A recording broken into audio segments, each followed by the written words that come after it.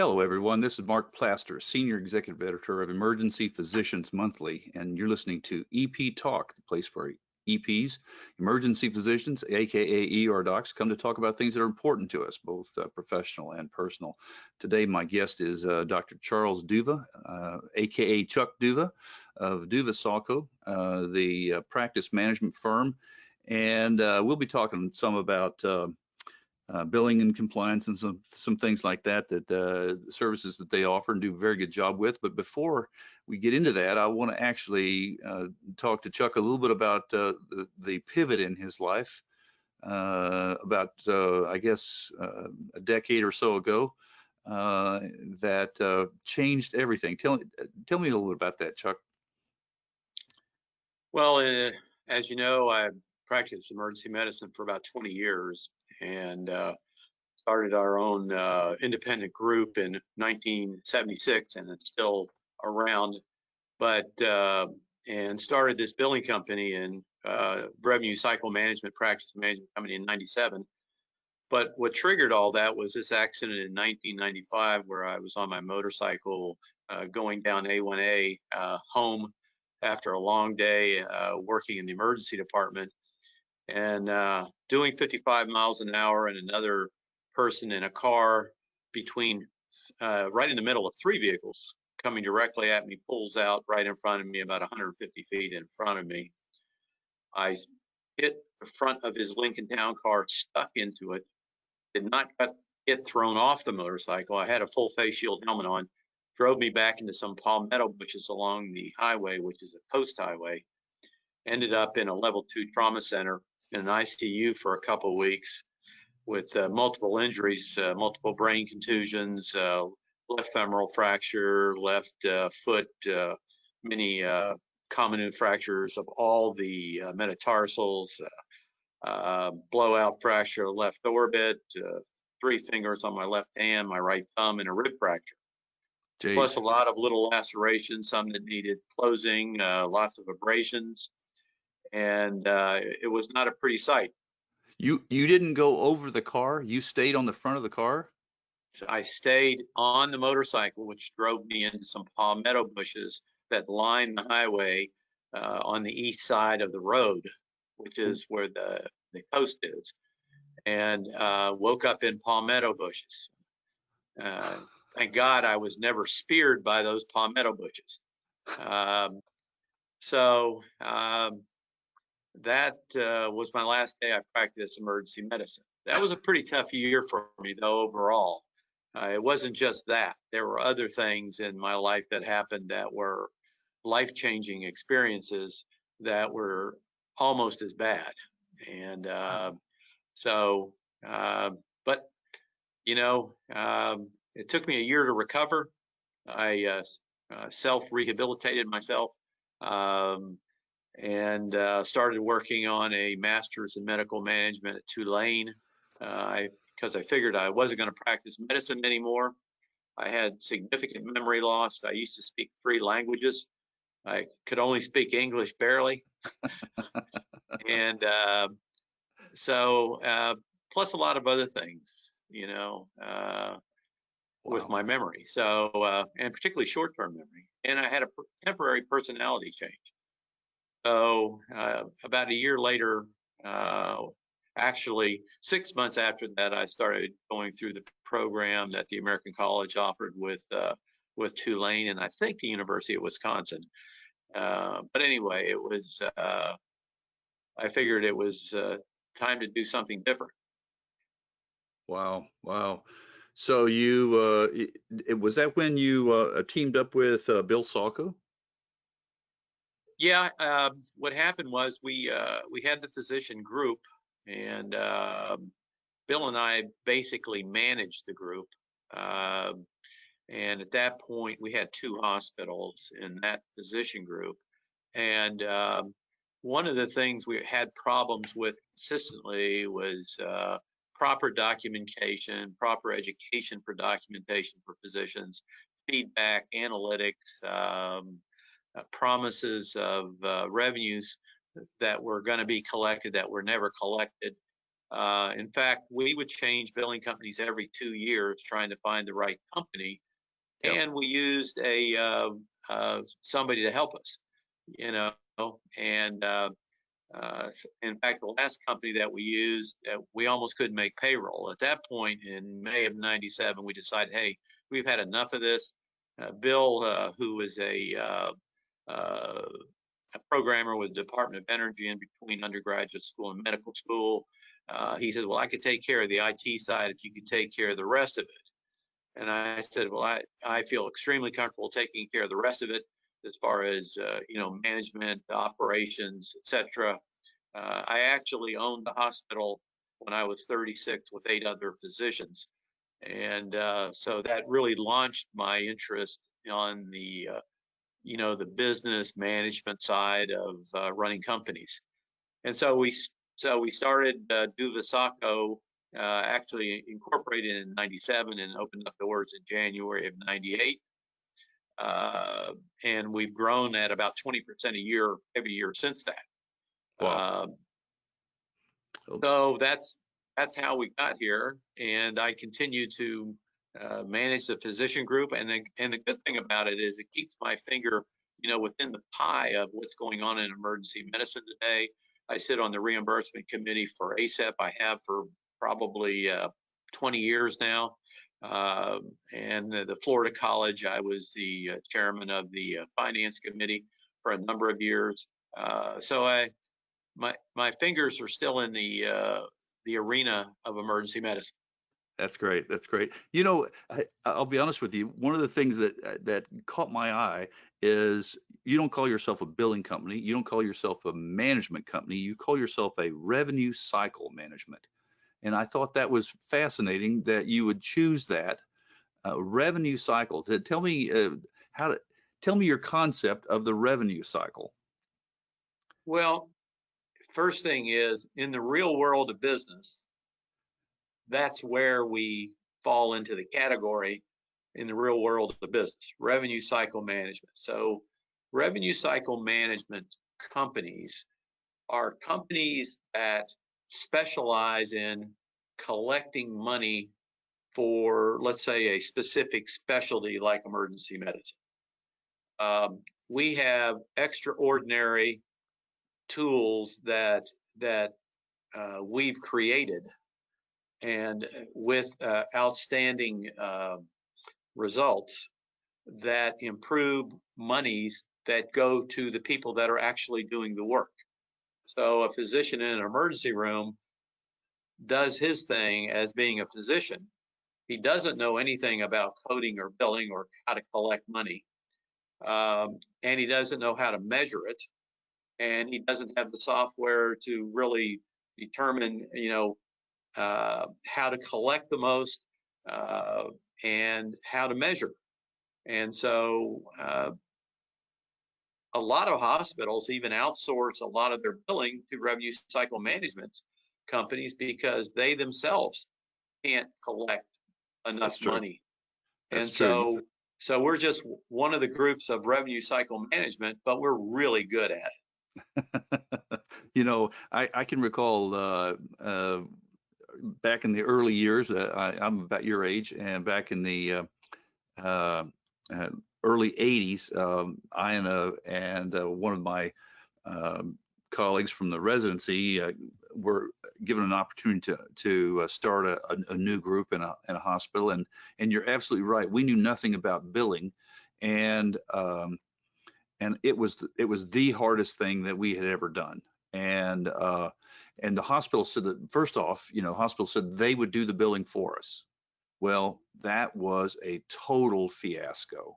And we went up there one time and found stacks of bills that were going into the trash because they weren't collecting the right addresses. It had taken them too long. They just didn't feel like sending them out. And had we left it to them, we would have failed. It's that simple. We would have failed. And so I know the situation you're talking about. Practicing good medicine is one thing. Practicing good medicine and getting paid for what we're doing is a whole different set of skills and And you mentioned, I've been looking through your website. One of the things that you talk about in the website is missing revenue. And I think that's a topic that emergency physicians need to know more about, is the idea that you do things that you may or may not get paid for because of for various reasons. Tell me some of your experiences with improving missing revenues. Well, that's all part of the process. And the process begins when the patient shows up at the front door, and depending on who records the demographic data, and those people are usually the people that are paid the lowest on the pay scale. Yeah. And you're asking them to collect the most important part of the billing cycle: patient's name, address, telephone number, social security number, and most importantly, their insurance information. Yeah. And recording it properly, because remember, it's data entry. Anything data entry, there's always the potential for a mistake. So that's the first issue. DuvaSawko can measure that, how good or how bad those people are doing. Okay. So the next thing is that you get the record and you make sure that the documentation is proper. If the documentation is not proper, we give feedback to the physicians as soon as possible. And hopefully correct the people that are consistently being an outlier within the group of not properly documenting. Then we code it. And the coders that we use are all certified coders. And we measure their ability to properly code, and we take samples of their coding every single month. So that's part of our compliance plan.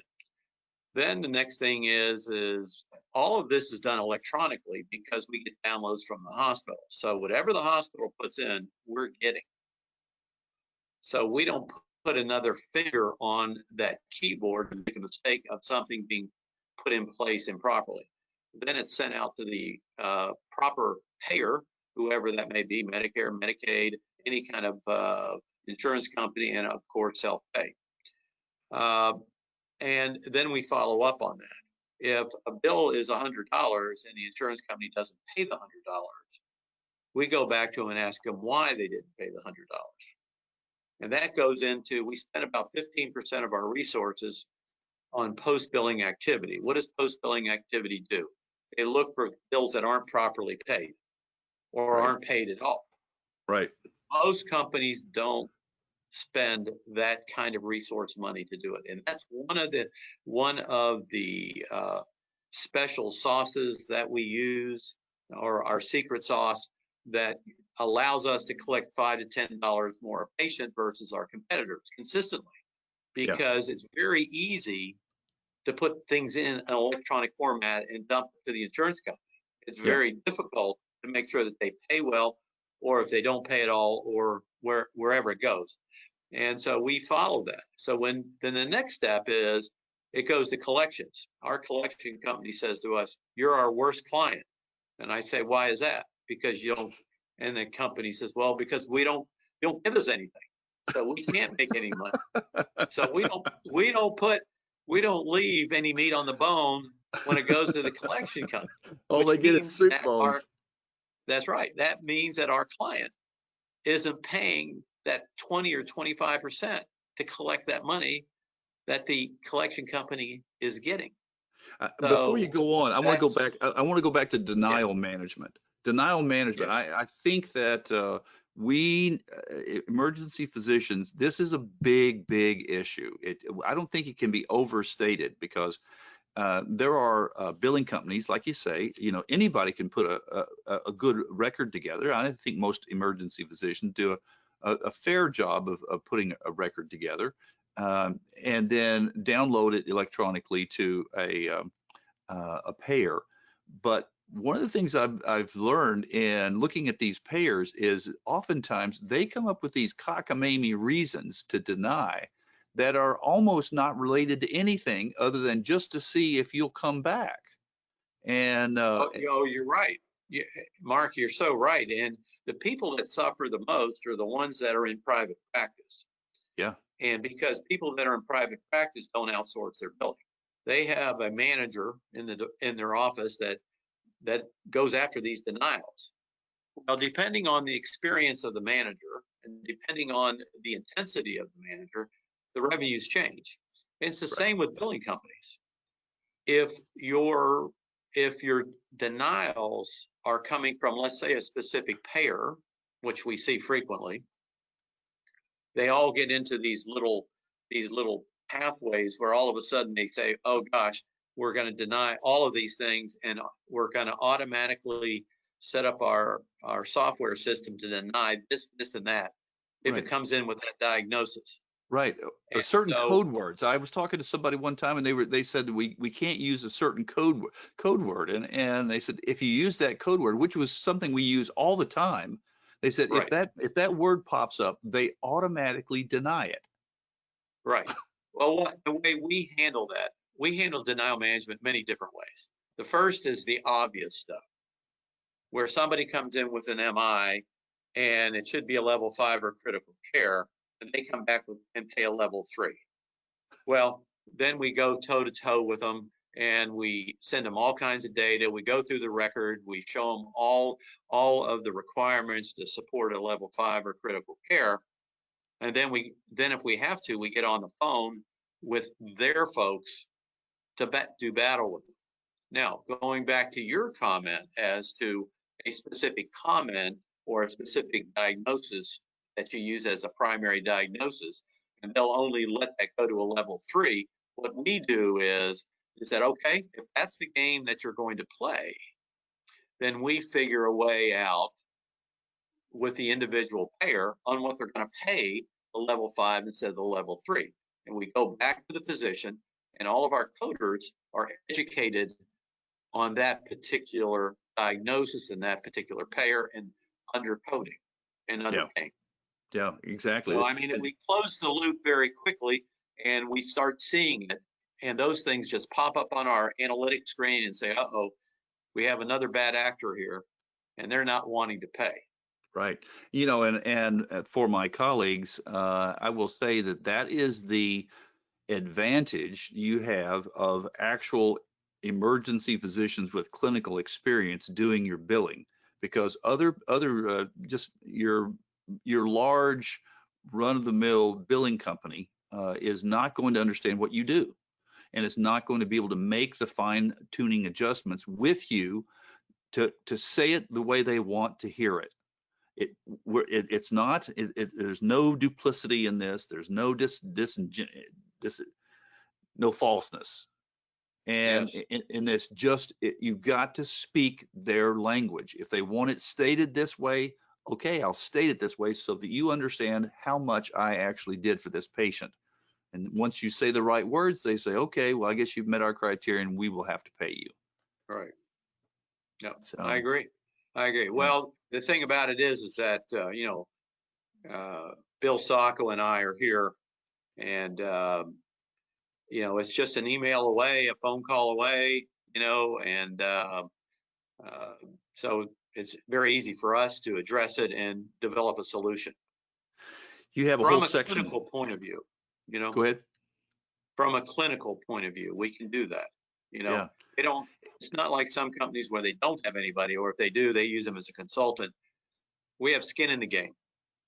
Yeah. And so, we understand what our colleagues need and we're trying to do the best for them. Yeah. You have a section on your website. I'm kind of feeding off of the information I got from your website about claims research and recovery. How is that different from denial management? Well, part of what I mentioned is in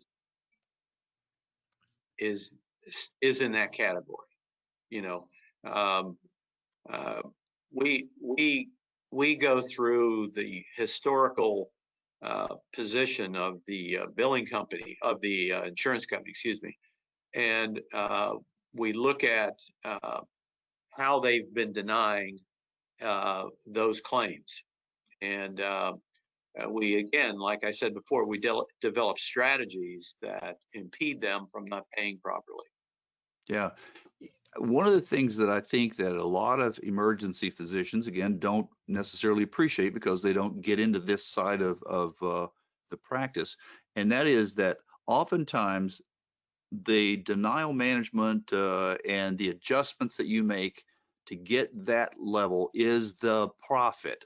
It makes the difference between a good living and a great living. It is we're not talking about small numbers.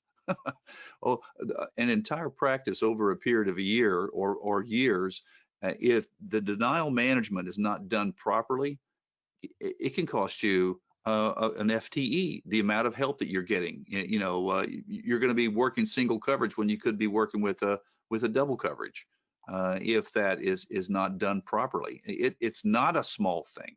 It's a huge thing.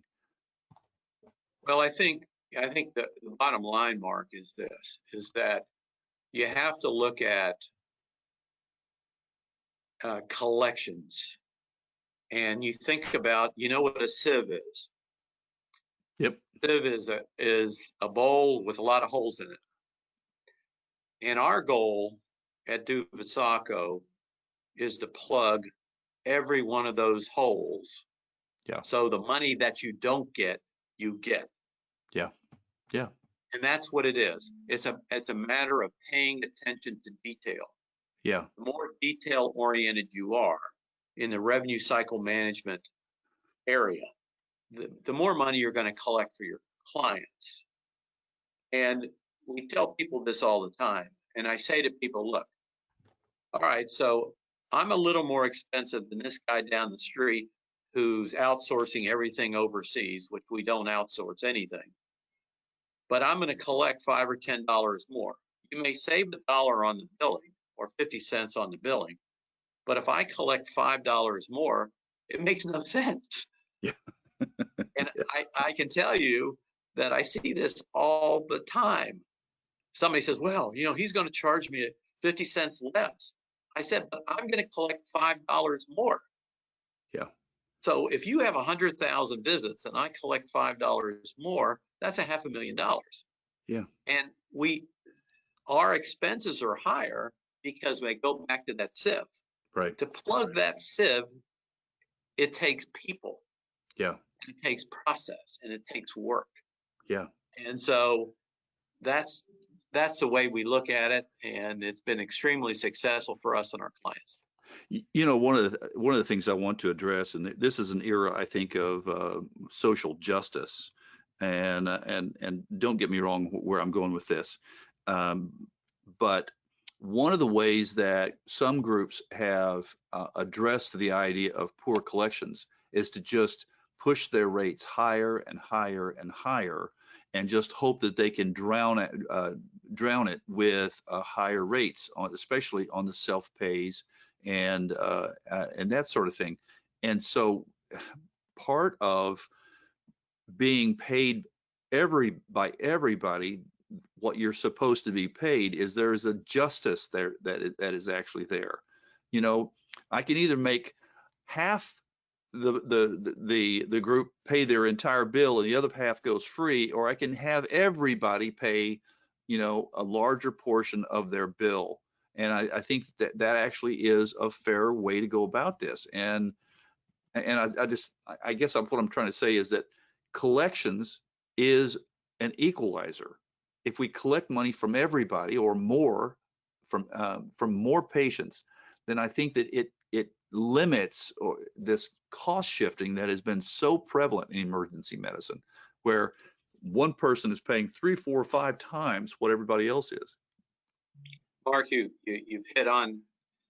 I can't agree with you any more than what you just said. It's a very sore point with me. What we've seen is this, and you described it. We see many organizations accelerating to the ridiculous limits of charges because of their poor process in properly collecting money. Yeah.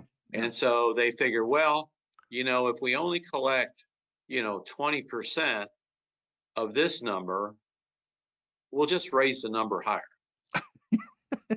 Now, if I can collect 25% Yeah. or 30% higher, then you're not going to have to charge that much. Right. And and what's happened is, the patient physician relationship, it's a killer. Yeah. And keep in mind, the people that are raising the fees and the charges are not physicians. No, and they're not facing the patient either. And they're not facing the patient, and they're not listening to that patient. When that patient calls the billing company and said, my God, he spent 2 minutes with me and he charged me $1,000. Yeah. And I can tell you, as a person that came from humble beginnings, that is very disturbing to me. Yeah. Yeah. And which is part of why we have this company and we do what we do. Yeah. And I can't control what the physician group charges. We could recommend what they should charge. Yeah. But we also know that the market or the cost of operations are out of the group's control. I mean, if everybody's paying X number of dollars per hour in your market, Right. if you want a doc, you're going to have to do that. And you have no control over your insurances, and you have no control over your health care or any of your other benefits.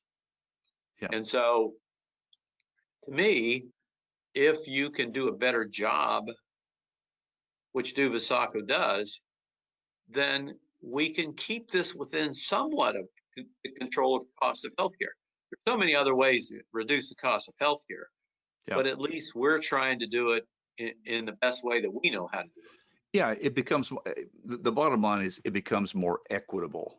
Okay. Yes. If everybody is paying a little, maybe they're not paying equal, but it becomes a little bit more equitable. And I think that that is a way to go, rather than, as you say, just to send charges through the roof. I want to actually pivot for just a second and talk to you about what's happened in emergency medicine as a result of COVID.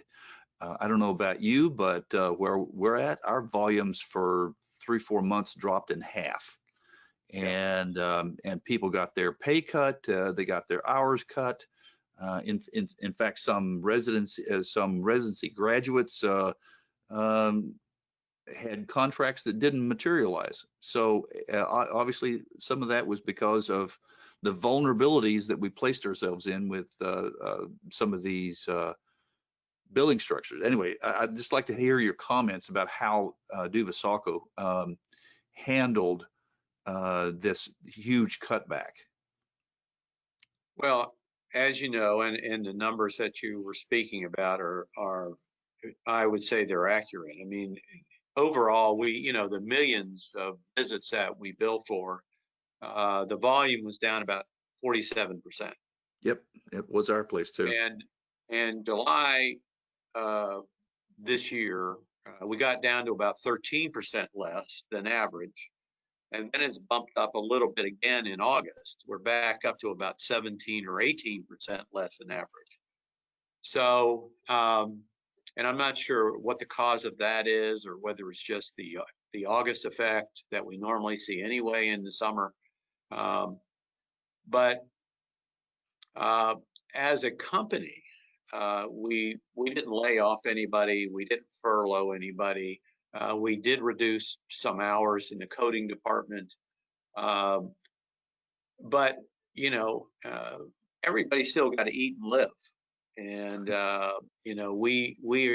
we're the type of company that we have such a strong culture and a very strong respected culture that we didn't, we look at all these people that work for us. We want to take care of them because they take care of our clients. Yeah. And so, so we didn't furlough anybody. We reduced a few hours, but we're pretty much back to full steam right now in operations and hours.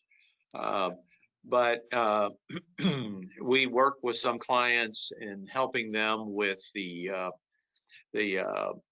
PPP as far as getting monies for their organizations through the CARES revenue from the federal government. CMS also, as you know, kicked out money. So we helped our clients do that. Most billing companies don't do that. That's right. That's right. Because they're our friends. They're part of this family of DuvaSawko that we want to care for. Right. And so we are not just a billing company. We're not a coding billing company or a management company. We look at everybody that we do business with like it's our own business. We want them to survive. If they survive, it helps us survive. Right. And so we think that's extreme. We think that's extremely important. Yeah. So we go beyond just being that kind of relationship. Okay, one more question, and I have down here one of the things that worries everybody is compliance risk, and I want you to speak a little bit to what DuvaSawko does with helping groups avoid the traps of compliance. Well, we have obviously from day one a compliance program. We have a person that oversees the compliance program with some other individuals. The biggest risk of compliance is coding properly in our business. And it kind of goes back to those high fees. Those people that also do those high fees that we see also do what we consider overcoding. And so what we do, we have first thing internally, as I mentioned earlier, we do internal audits on every one of our coders every month. If they fall outside of our line, our numbers, and the percentage of miscoding, the industry average is 5%. We keep ours below 3%. That's number one. The coders are looked at, like I said, every single month. We have outside auditors that come in 1 to 2 times a year and look at our coding. Yeah. And that's well documented. And we have every single year done very, very well on that. And so we're totally compliant, and we have no problem fighting any question that has to do with coding with whoever the payer may be. And I can give you just a few examples simply because DuvaSawko has almost never been audited. Interesting. I've always looked at it as us as being conservatively aggressive, which keeps you off the radar screen, but at the same time, it maximizes what the physician is doing in the clinical practice and getting paid for it. That's what we think is important. And protects them, you know. Well, Chuck, it's been great talking to you, and I think that any of our listeners who are looking for someone to help you maximize the revenue that you deserve to have, who has an eye for protecting your interest, who's been in your shoes, and it's not just a bean counter, but somebody who really knows what you do and wants to make sure that you get compensated for it. I think DuvaSawko is worthy of your of looking into, and obviously these guys have been in your shoes and then they know what you're doing. So I encourage you to look it up on the web and talk to Chuck and Bill about whether they would be a good fit for you. It's DuvaSawko.com, DuvaSawko.com. And perfect, Mark. And I think that I love talking to other emergency physicians who, whether even if by tragedy, have gone into other areas and have added to our knowledge base. We're just not a bunch of clinicians who have been kind of thrown to the wolves, but there are a bunch of us out there like Chuck and Bill who have taken their clinical knowledge, their clinical experience, and have made our professional lives much, much better. So thank you, Chuck, and Bill's not here, but I thank him as well. And to our listeners, I think that this is worthy of your examination. So Thanks for joining us, and I hope to see you soon at another episode of EP Talk. Thank you. Thank you, Mark.